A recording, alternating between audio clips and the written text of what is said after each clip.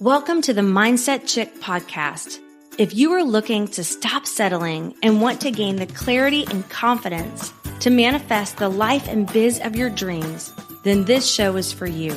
I'm your host, Kristi Deer, sharing with you simple yet powerful and effective mindset tips that will allow you to attract more abundance, prosperity, and success into your life. So get ready, get excited, and let's go manifest some amazing things together. Hey, and welcome back to the Mindset Chick podcast. I'm so happy to have you here. And today I have somebody I am excited to introduce you to. Her name is Lynnsey Robinson. Lynnsey specializes in helping ambitious women all over the world to clear the subconscious limiting beliefs keeping them stuck, so they can embody their highest potential and manifest their biggest desires automatically. Through her client work, hypnotherapy membership, and her podcast, High Vibe in It, she empowers others to harness their ability to attract all of the abundance and success that life has to offer. So, Lynnsey, it's so great to have you on the Mindset Chick podcast. I'm very excited to be here. I can't wait to dive into all the magic that we're going to talk about today. Yes. So one of the things that you do is you help people identify and uncover why they have limiting beliefs. So can you share a little bit more about that? Okay, so the best way I found to answer this question, and a lot of the questions like this, is to really kind of just explain concisely how hypnosis works. Is that cool with you? And kind of how our subconscious mind forms, and that will kind of shed light on where these things come from. Yes, I love that. I'm into hypnosis. I love it. And yeah, maybe even explaining like what hypnosis is. Maybe somebody doesn't even know what that is. Maybe explaining that. And Ground zero. Let's just start at square one. So when you're born, I'm going to go right back to the birth, okay? When you're born, let's just pretend that your mind is a circle. It's abstract, it's metaphysical, but the mind, not the brain, we'll just pretend it's a circle. When you're born, just picture a circle. All you're born with is the fear of loud noises and the fear of falling. Those are the only two biological fears you have. And then, of course, you have the lizard brain, which is the fight or flight, freeze, and all of that stuff. So when you're a child and you're just growing up, your mind this is why they say kids are sponges, right? They just take in everything because they don't really have a filter of what's true and what isn't, what's reality and what isn't, and what's fantasy. And they're so connected with their imagination. Anything's possible, right? And that is exactly what's happening. You really do have no distinction between what is true and what isn't. So they say between the age of like 0 to 7 or 8, sometimes even 9. We'll just say 9 to give it a nice container of time. But around age 9, you get what's called the critical filter or the critical mind, which acts essentially as a filter between the conscious and the subconscious. So at around that time, your subconscious is formed, and whatever was put in there during that time has become a known, K-N-O-W-N, a known to you. So things that are true about you. I love broccoli. I don't like chocolate, or the opposite. I love to get hugged. I don't like to get punished. I don't like school really that much. So all of these things that kind of form who you are and become you.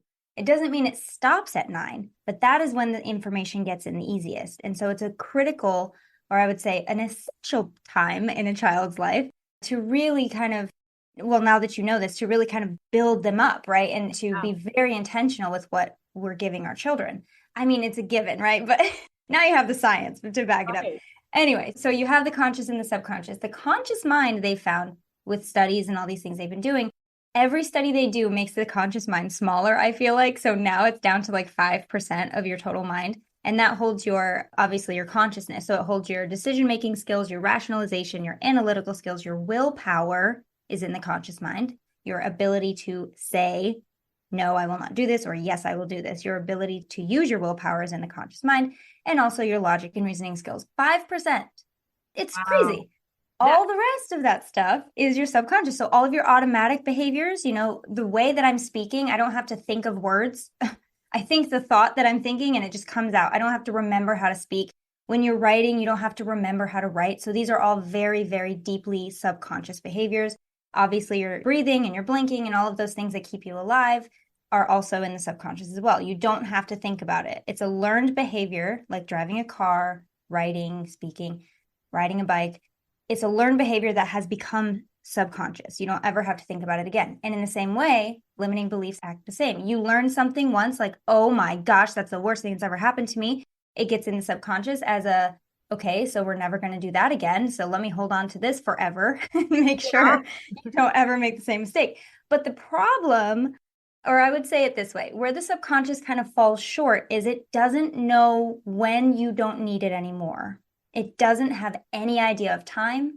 The subconscious has, again, no idea of fact from fiction or fact from fantasy. It doesn't get sarcasm. So when you say to yourself, oh, I'm such an idiot, it has no idea if you're serious or not. It just takes it in. Okay, information, check, got it. You're an idiot. And that's why self-talk is so important. See, it feels weird even me saying that. Cancel. I can't do it. Like, I physically can't. Even as an example, it's hard for me because I know what's happening.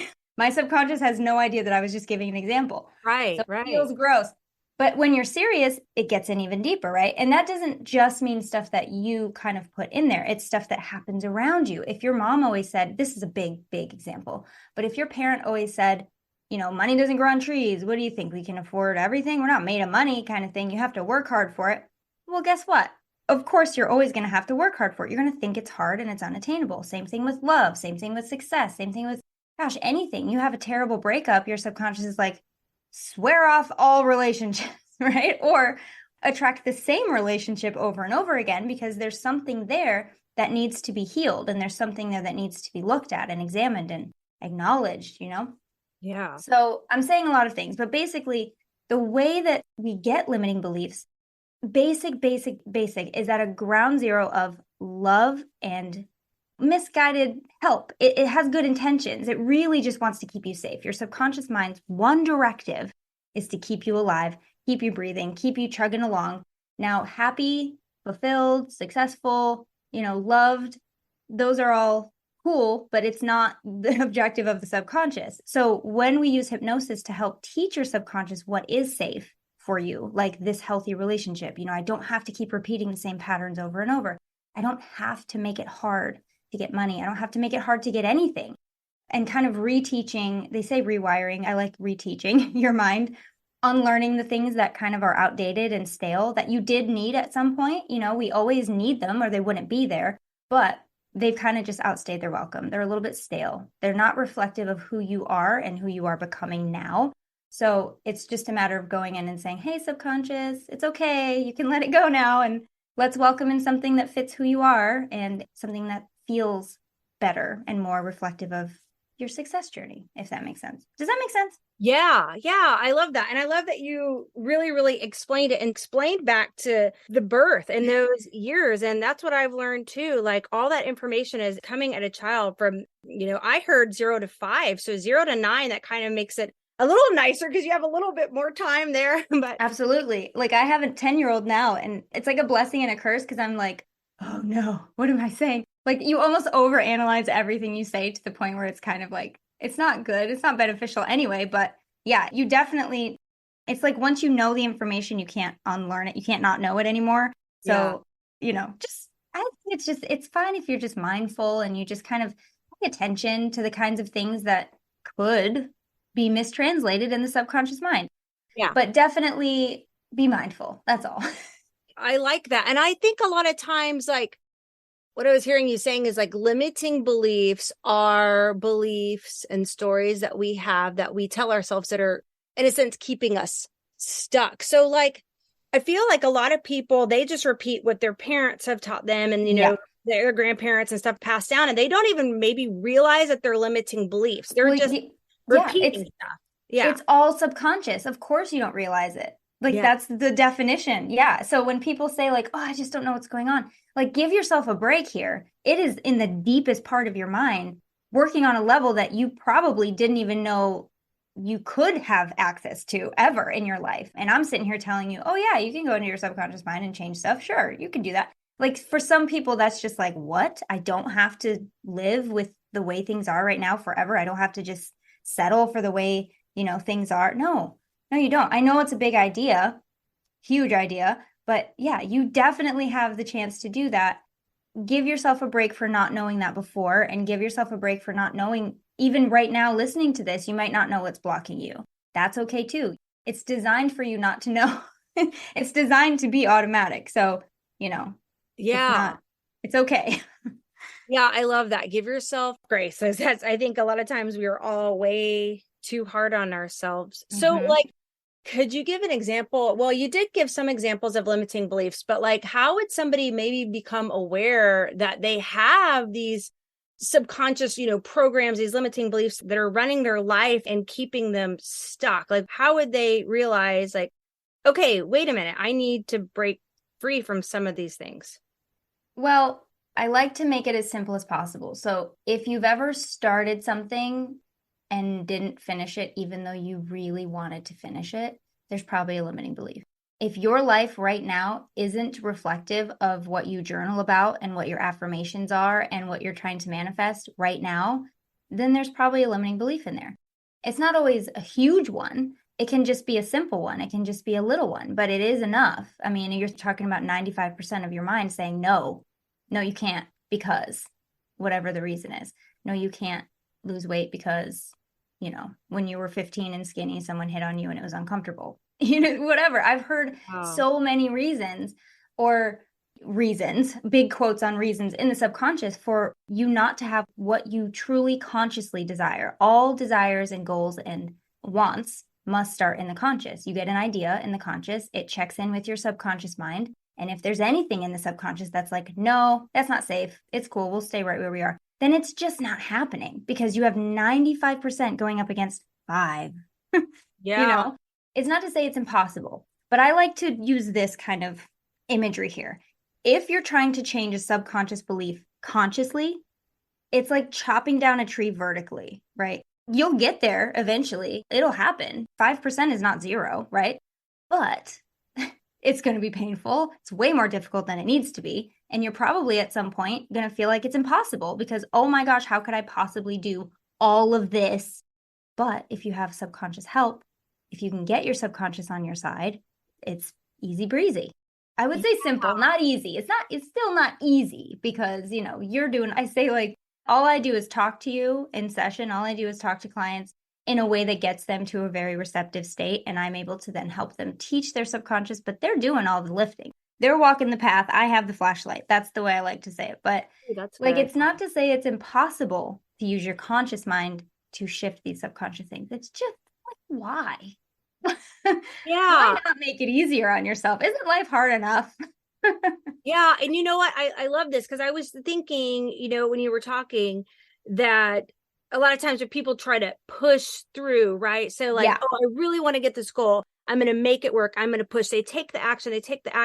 And maybe they do have results. Maybe they do. Great job using your willpower. There you go. There it is. Yeah. But then it's hard. Like, then they think, oh my gosh, I don't want to go through that again. That was so difficult. That was so tough.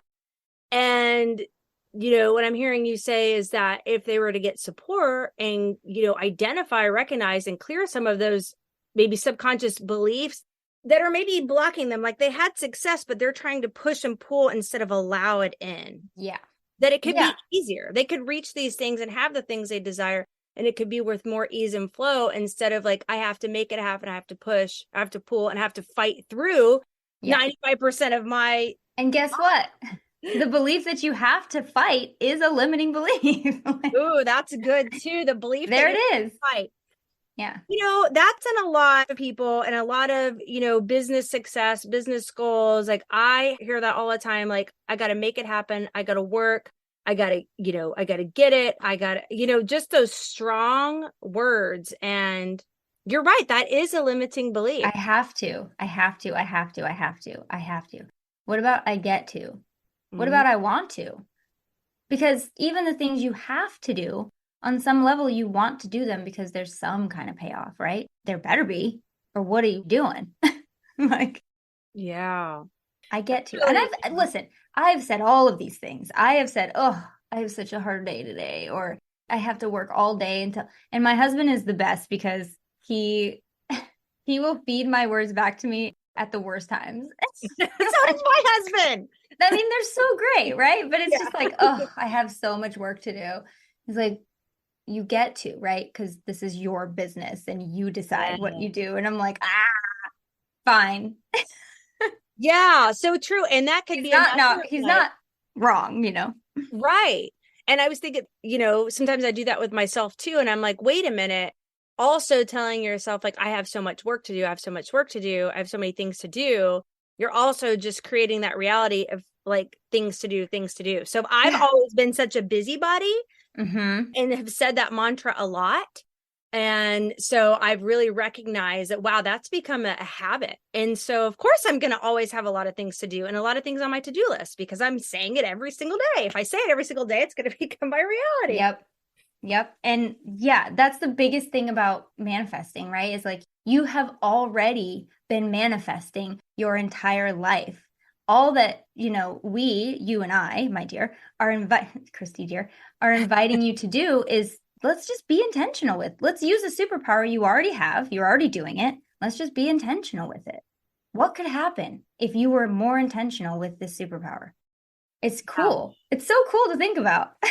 Yeah. And then it could be so much easier. Yeah.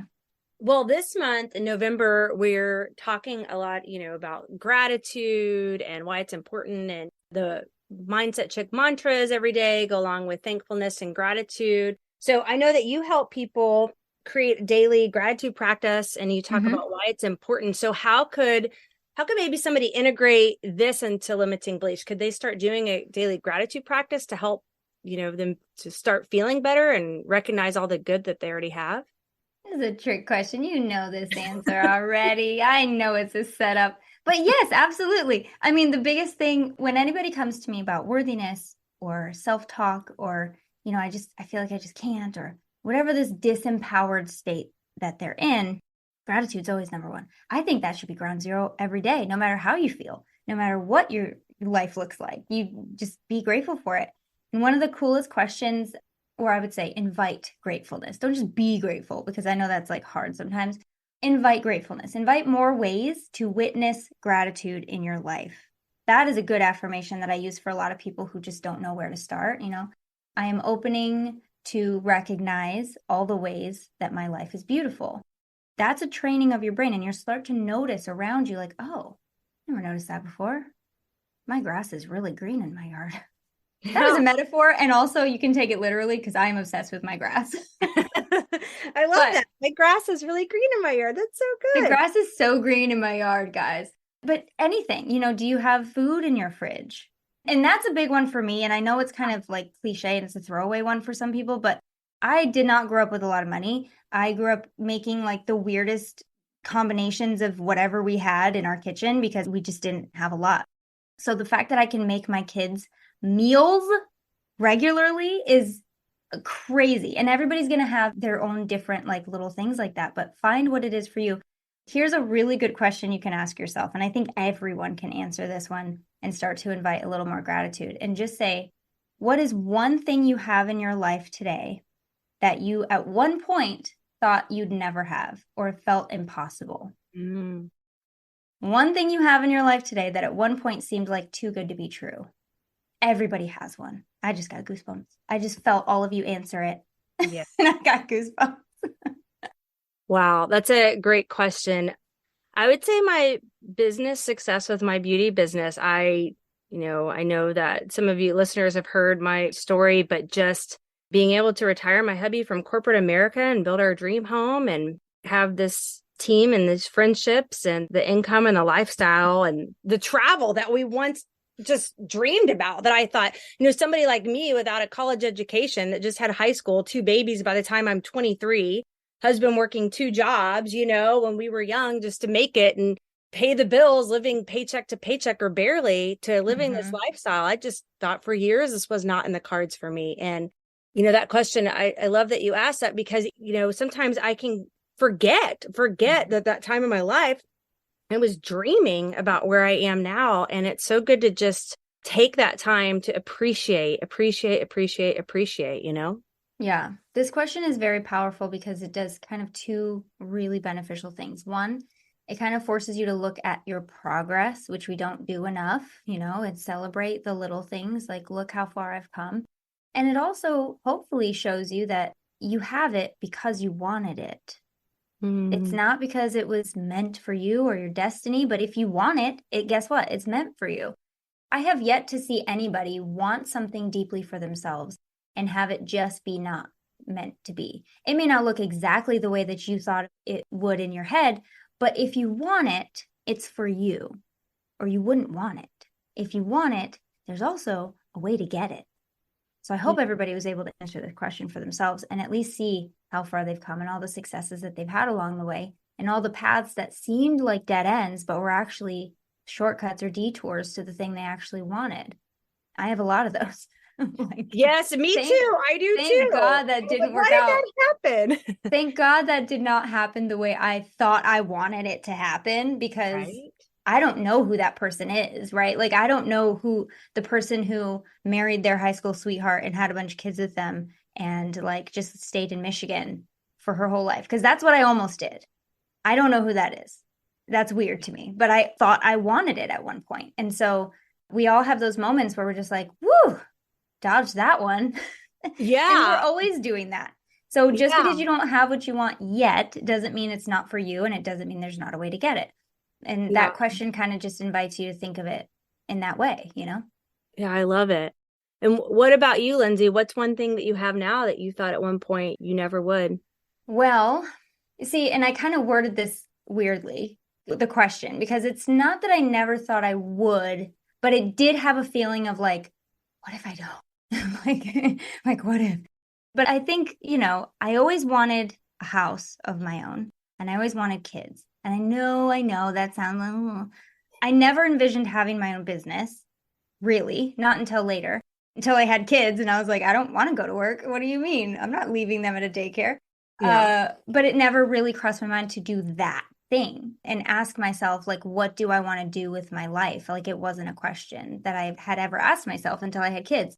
So kids, number one, seemed like, oh my gosh, what if I have kids someday? That'd be so cool. What if I have my own house? Oh my gosh. And again, going back to like, I never had my own space growing up. I had to share a room with my siblings for almost my whole life until I left my dad's house when I was 17 and moved out on my own. But I was still renting. Like, I never had, a house of my own. So that was a big, big thing for me. So when I was able to do that, I was like, oh, I did it. Mm-hmm. It was so cool. It's such a cool feeling. And, now, even though I never would have dreamed of having my own business, like, if you would have told me 15, 20 years ago that I was going to be working for myself, seeing clients and helping the world with a podcast and with coaching and all these things, I think it's fair to say that the net we've thrown out to the ocean is pretty wide, and the self-help that we're offering can get to every corner of the earth. And if you would have told me that 20 years ago, I'd probably laugh in your face. Like, what are you talking about? I'm going to go to the bar. Maybe not 20 years ago, but around that time, I was just a kid. Like, you don't think about that stuff. So yeah, I think if you look back at your life and think about what you thought you wanted at a young age or at a younger age, you might be pleasantly surprised at how many moving parts had to happen, how many things needed to happen for you to be exactly where you are supposed to be right now. It's just every time I think about it, it's so profound. And so it's just big, Big. Yeah, it's beautiful. We are so connected and so supported and so taken care of beyond what we can consciously ever know. Like, you just are. That's beautiful. I love that. So Lynnsey, what's your favorite quote that you love to live by? Man, I should have thought of this ahead of time. Okay. I do have a few that kind of float into my head.